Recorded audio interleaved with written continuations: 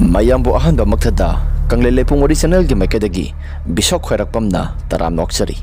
channel asina ngasisu tabada ki tujungba phawraba subscribers na thabira powari ama mayamda kudol tamjage haiduna poduna laksari wari asi lithok charapa matamda soikiba langkiba kaya yarabosu mayamna nusibiduna ngakpiu haiduna hajari aduga amana channel asibu mapung phanba matamda saruga biboina adomna like amadi subscribe share to biro mahaduna jari subscribe to matamda bell icon du on to biro mathangi wari thaglapa matamda adomgi phone da phangna bagi damakta adu dewari sia hongna ba tawsaraki ai gi mingsia thobi kawi ai gi khadai panu pa amaga aduga aiga aikhoi ani khaktani aikhoina lairiba yumpham asi yumdom poina sutawi haibadi aikhoi gi makharom da boga hloira bi amalai mahaki yumadu gi mathangda yum amata tadri numitado ningtham thagi matam soibaga aina kolik phenglingai matam aduda makharom da lairiba abogado aisu sumang da kolik phengduna dumak laibani mahak suma khoi gi yana khadagi thorak laga dumak muna yenglami mataudu dai sui sa se karino haidana khample khangi I kanu sidia asi hairage ibogado wa swa matangangdi tumina dumak lairami aisu wakhalda jaja yamna khalai isa se swai lauba ma phawkibaduna mara moiraga aigi sasi thak thakalabani wakhalda su jaja yamna khalai adu boy ki sada sumnamu kaino apoka si karino aigi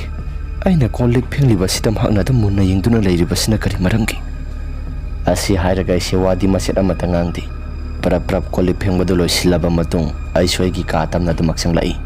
imada wori singada amate hektamdi asumna mathangi numni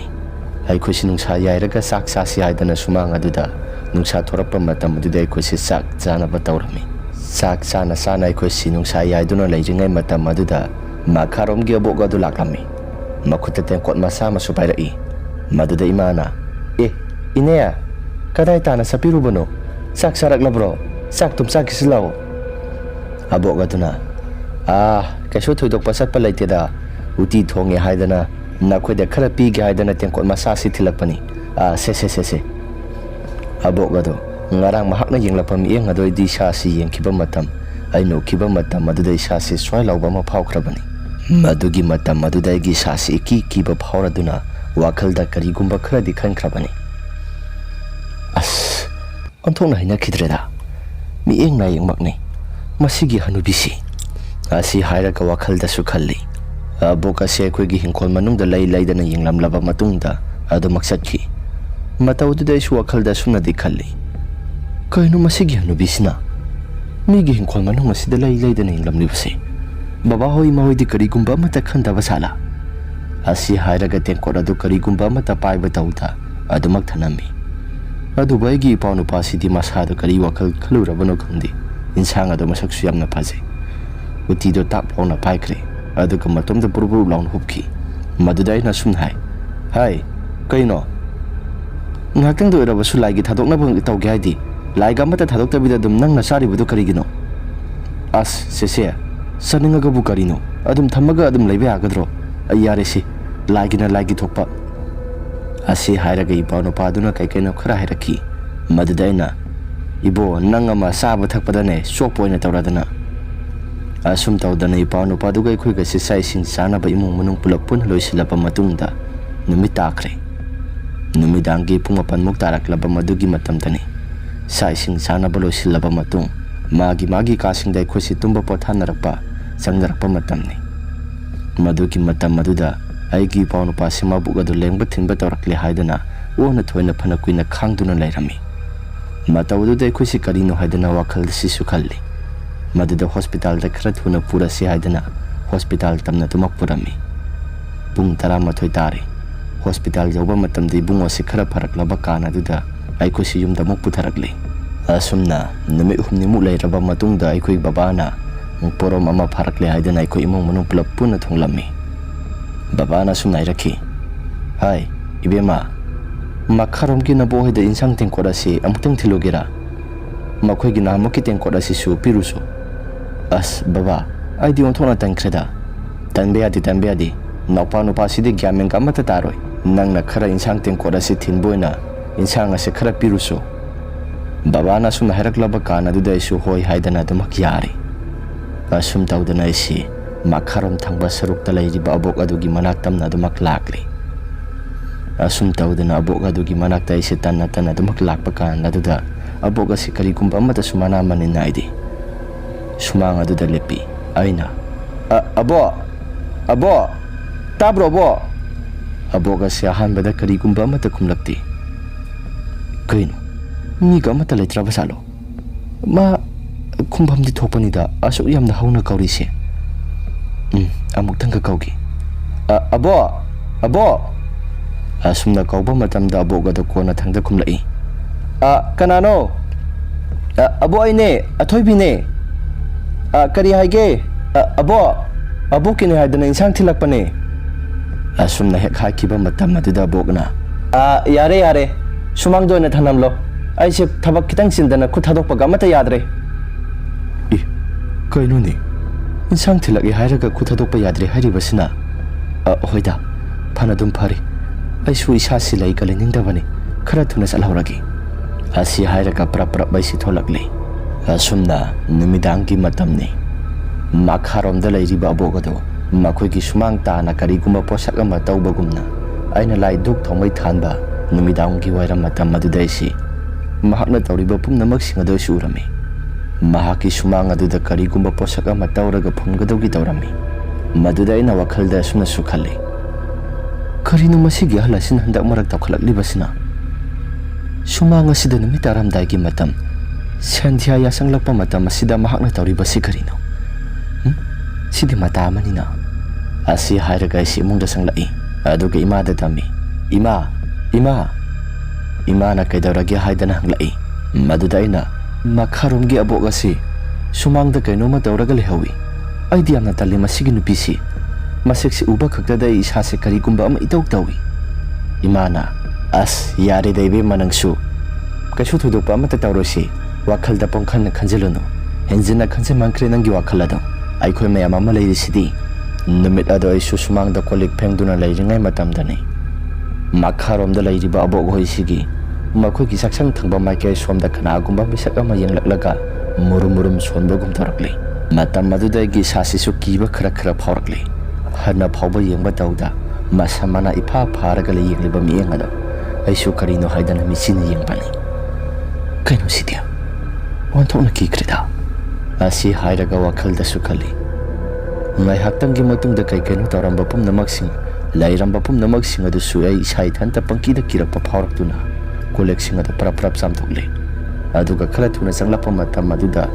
maning thong thangba saruk adomda abok ase thoraklaga abok adugi yamna tabada hainadraba khonjel amada aigi minga se tapna kauba horaki aisu hanna phauba yengba tawda prap adu maksangle aigi khusang aduda imana hai kaidawrage ne nangbo aisu isasi ipa pakatlaga babaga imaga da pausing adu loina tami maduda baban iping pingkalaklaga sumnairai hera usitaba yabra mana ai tawrugi imana kadaidano angang asida mahakna tawriba pumnamak sing asi karino yengo ai tawrugi as yare se hayeng kona gyan tana nongalaga wari sing adu sanaro asi hairaga baba se imana themjelami nongalaba phawbada baba se karigumba amata tawkhidre asumna numit nini muk lairaba matungda ima si insang lanbani haidana insang lanba adu maksaki mamangda aina insang lanbani haidana salamba tengkot adusu masi amata lengba tawda adumak lairami hai mamangda aina insang lalamba tengkot adusu insang khara yauri tawraga adumak lairami aduga imana yengba matamda sumna khali hai kaino sidia mamang thakta ibe mana piramba insang do natra asi hairaga ima su khara sangsilaga yengluba matamda miyobagi unsa manba khara yaurag lairamba ama thenarami matam maduda ima se karigumba khara khalakuna masasi pa pakatna kaino sidia unsa natra ai khara thuna salagi asi hairaga insang adu piramdabida khara thuna prap laki aduga yumda halaklaba matamda ima adu masadu wathoklami wari singado khoida di tamdi kini haibagira adubu numidang ingna tamna wari singado loina tamlai masiki matung numit kharani lairaba matam maduda thangnariba imung asi yamna ka hena tamnaba ama tawraki Ahingi matam misip miracle taraktraba matam aduda thangnabada leiriba aboga se masa mathanta naga leisili murum murum solaga na hebagi makhola mata baurakle makhola sidi masa mathanta na hebagi makhol natra mani asi hairaga thona wadusu masa mathanta thong adu puhang dangdoklaga amuk lonsin bagi makhol mayam mata baurakle miyoi amaga wari watai sana bagumna masa mathanta tawribado aikhoi mayam asi sutari mathanta leiba mana kanagumba amaga wari watai sana bagum tawribase karino marol mari so amata lofam khangdi asumna tawriba pumnamak singa se masilda murum murum solaga wa kaya marom mangang bagi thogdo asi ahing khudingi tawba horakle nakna na lairurabani naikhosu asuki matik yamna hauna tarami babadi nupanaga oiredo saubana suma sasya mati yadrabani adubu aboga se khoi gi khuldagi nati atopa khuldagini laigi tingi maramda khara sana khonaba dorubadagi mahakse khul adugi miyoi singa tangtholakpani hai maduda baba su nungai traduna miyoi ba amagi minung sieng lagai khoi gi hingkhol manung asida mahak asile henkibani iya atopa laikai dagi mahak su laigi tingi maramda sanai haidana tanthoraklaga aina minung sieng laga hingkhol asida la henkibani aduga mahak na handak marak tawrakliba matau singa se karino wafam adu taba matamda isu babada yamna kana saurami mathong maram khangdana mi lehali haidana asuna nomagi ahingni aisi khong hamneng lakpadagi aisu ahingi matam aduda khutta late nama pairaga isi latrin tamna dumak la ami ahla dugi hingkholga khoigi hingkholga si yamna panglap lapna banati hingkhol masama haibadi yansa mana masing thaba hingkhol masama na dumak khalli makhoiga khoiga taina bakarakta su sampra pambi asoba ma howi madu makhong adu hek yaurapa matamda sampra pambi ado fatlauna nomba horaki aisi toilet sangduna hek phamthaba haubaga latrin ki maning asida kanagumba miyoi kharana murum murum solaga nahe bagi makhola mataraki makhola du taba matamda isi khara kiba horakle kainoda latrin ki maning thangba saruga sida kanagumba miyoi amana murum murum solaga sapagum toriba se karino latrin ase khoi ki mamang thangba sarukta sabani aduna isu isase pangki de kirakle makhola do asuma sum lepa laitana tarak laba matam madudai gi sase khong hambado khara thuna loisili aduga se prap chentorakpani asum naina chentorakpa matam maduda sampra hori bama khong adom da ibo gasi karigumba posak khara makhutta pairaga nokhi tawraga ingonda munna yengduna leirami aisi hanna phauba yengba tawda aisi amna khan selaklami madudagi aboga se gi ming hainada ba khonjel amada athoibi hairaga yamna kana kauraki makhola do taba matam daigi sasi kibanu siadri yamna kana laura gai si mung tamna du maksen silakli baba su makhol singa do taraba mali kaidawra gi haidana ingonda hangi aisu kapna wari singa do loina tamle maduda baba gi minga si sumathangda abok aduna yamna hainada ba khonjel amada baba gi minga se mu ko bahorkli tawriba thong singa sida baba gi masada kiba su phaurakli baba na ish kaya da mathong sadriba nupino nang khangwidra asi hairaga baba si yamna sauna makuta say ama pairaga mapal tamna thokki haidana tawba matamda imana khami kadaidano ati kadade sakya hairibano masigi hanubi se kam hemalagle ai ngasidi thik tawrugi ngai khoda kai wakhalno ahingi matam asida ahal asiga manaraga kari kana gadoribano asumna lairingai matam aduda hanubi duna imagi minga se mu kawba horgli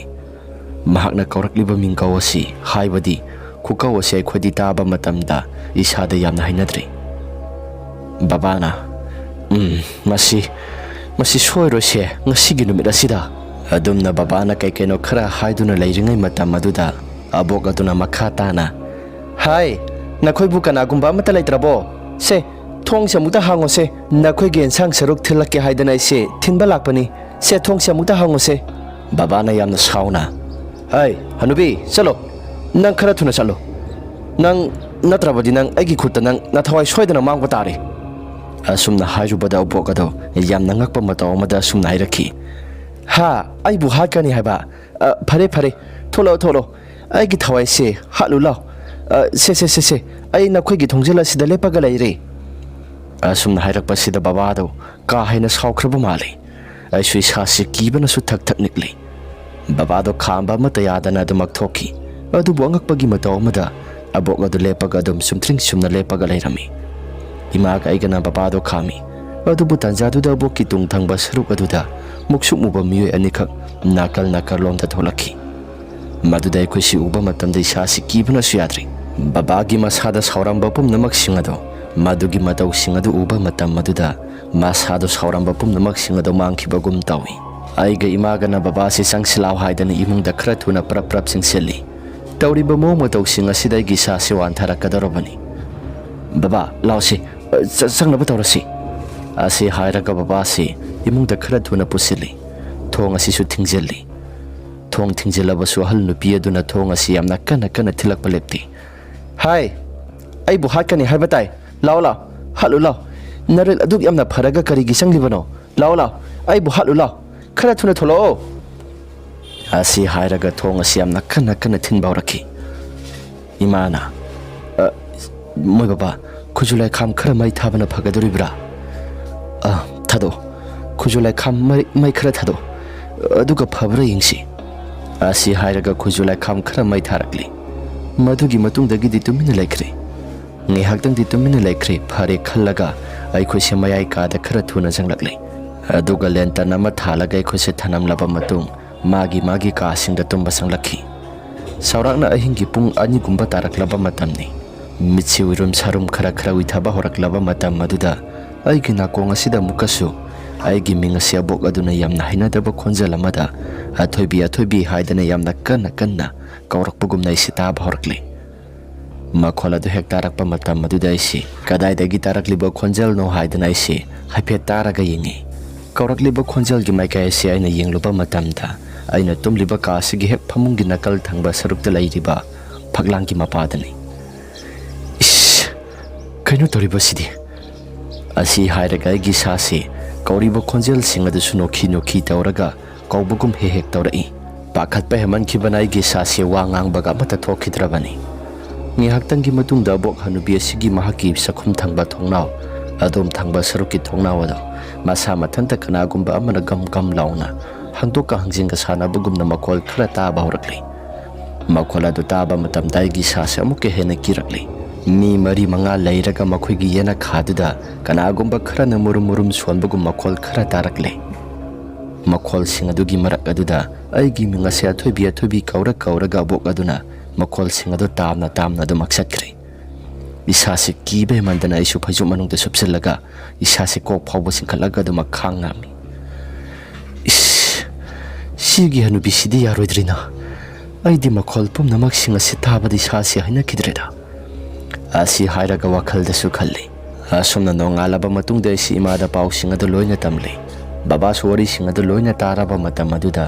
masado mai hoba makai saugalakle ya asok aloiraba mana usit thoidana tawba ngasidi ma khangani asi hairaga baba do parap chakre imana kaino mana tawrisna ima yare se baba se khamuranu yare baba na thokpa tawjarasani baba su parap hingkhola du tamna du maksakhraba matungda sumangda leplaga sumna laurami hai kana laite sangjafam laite haidana mafam jaga sida sangjafam piduna saidang hankhibani aduga hojikna aikhoida onkhalaga sarake haidana wakhal khalibodo thadoklo karigumba madugi wakhaldo thadoktrabadi nang mafam jaga sidagi tangthokhibasu yana lei nang mafam jaga sida ahal oire kanagumba amata laitre haidana sangjafam piduna lehenkhibani mafam jaga se aigi hingkholni haibasi nangna sana bhaptaw asi hairaga babado yamna sauna nganglam laba matungda dumak lai adubu angakpani hanubido karigumba hoine maine amata hairakta mahaki yum manung atuda dumak lai baba si sauna lai aduga imana sumnai asi yaresi yumda khara thuna sangsilaw asi hairaga baba si imana makut paiduna singsili numidangi matamni babagi mabuk asi lengri thille haidana masasi ona thoina phamungda sak saba toklaba matungda phring songduna khangli matawduda imana is kaino torisidi mamang thakta sigumba thogdo asidi amu phak tawkhidri ima babagi mataw si yengba ngamdri yum thangna bada su kana gumba amata leite mamtonge ni tongado amutang kauraga yengsira imana hoi aduna phagadaba mali asi hairaga mamtonga ini tongado phonda tawduna kaurami Numidang ahing thinglak matam aduda makhoi garida lakpani. Mamtona ibema se naupa nupa siga nang ganani ton gale horo nama ga iga noi baba ga sidi hospital tamna dumak puragi asi hairaga makhoi hum adumak satkre ai khoi si ahing ki mata maduda ine to ne aini aigi ipano pa du gai khoi hum asi adumak khang tuna leirami wari singa do haipe haipe taba mali ine to nai wanda ibema kamai na tori bano sigi tholiba thodok singa si ine ton ai su khangdi handa marak tawrakliba mong matok singa si as gyamin ka mate hek tadi handa marak te khoi gi imung asi tamna bana su kari gumba ama itau tawri sumna lairinge matam maduda khoi gi mayai ka da thamliba upu adu gi mathakta posak khara thammi maduda kari gumba pot khara tarak pugum na makhol khara su tarak lami madu ubadai khoi si ini toni bani laithok to ningloi adu bu kari gumba ma thek taramde matawdu de ini ton suma sado khara hepet khanglaba mali kaino tawri sidia tawrakliba mataw kaya singa du de ini ton ibani si khara kithikirum tawduna leiringai matam maduda abok aduna muksu baba gi mingasi kaudana ibo soba haira ga khonjalasi asuki matik yamna kana kauba horkli aidi sase kibane adre adubu ini ton di masada kari gumba mata khangtabanina aingonda sumnai rakhi athoibi mapalda mi lapa malene ini ton minati sigi yum thangna ba hanubisni mahakna kauraklibani mapalda ga mata thokpa yaba sanati ini ton khumsu khumunu ini ton su kari matawno haidana tumina dumak laikre sumna ngai haktang lairaba matungda maningasi kari gumba khonjal khra thoktona prek launa horiba uwa mayam singasi singthekpa yang khaibagi makholna hekta pungna ninba horakle san iroi mayam sangduna naithekpagi khonjalni makhola se taba matamde ini tondi hana mamang thaki matamda sigumba makhola se amufok thengnaraktri boibanina masasa suki matik yamna kirami ini tona athobi khujula kham leibra ini to laibani ai di sasi pangki da kire kadai khujula kham da piro ai mai thagi si tawrakli ba mong matau singa do ka me himalak pamaram da ini tona khujula kham adu puthokle adu ga mai thaba horkle madugi matung da kasu thudok pa amati tawkhidre ngai haktang lairaba matung punga mata silakle baba ne mamto ne imane makhoi hum lakle mamton adu ahing lekro haibani adu bu yaba ko bolaiti asumna mamton hoi chakraba matungda baba si masadu tingtram tana pop taba makhai adu mokpot thari masasi mina phurak pagum na masasi su dakpham kaya maroma mata ba thingai namik khara ni haukhre namik khara ni sigi manung dai khugi imung asi gyamen ta da ba mawng da pangkhata khana ba matarak pahorak lami ima gai ga se pangkhata khanai aduga gyamen ta da ba makhai baba ga ima ga sumuk pukhata khana ba asigumba thodo asi lepa laitana dumak tawba horak lami marak asida su baba ga ima ga gi ming asi kaubadi dumak lepa laiti ai khusu tumin dumak lairami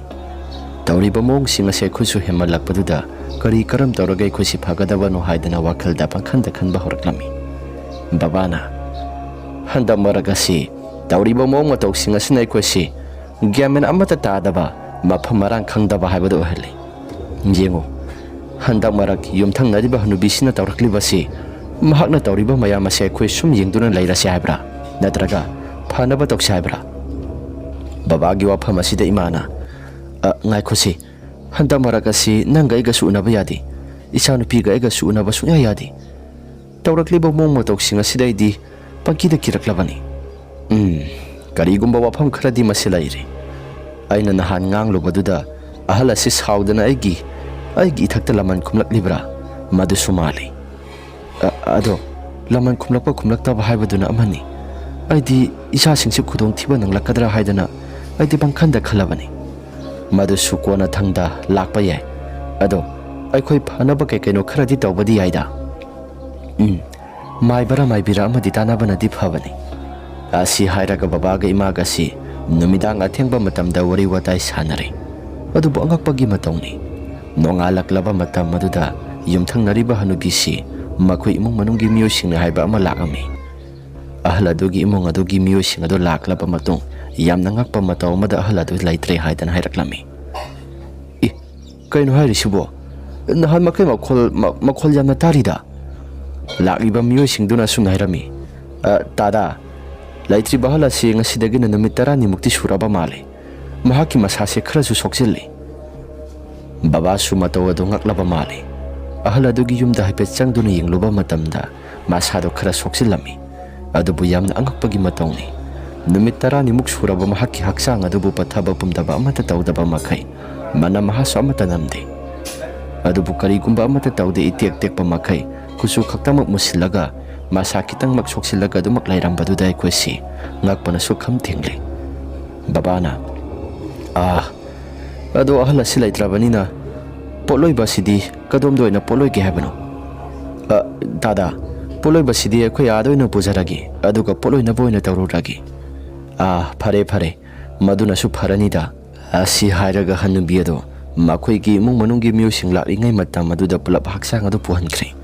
imana owa he khangsang sangi adubu moi baba na makai tawriba pumnamak sing adudi mahakti laitriba se khoidi amata su khangdi ado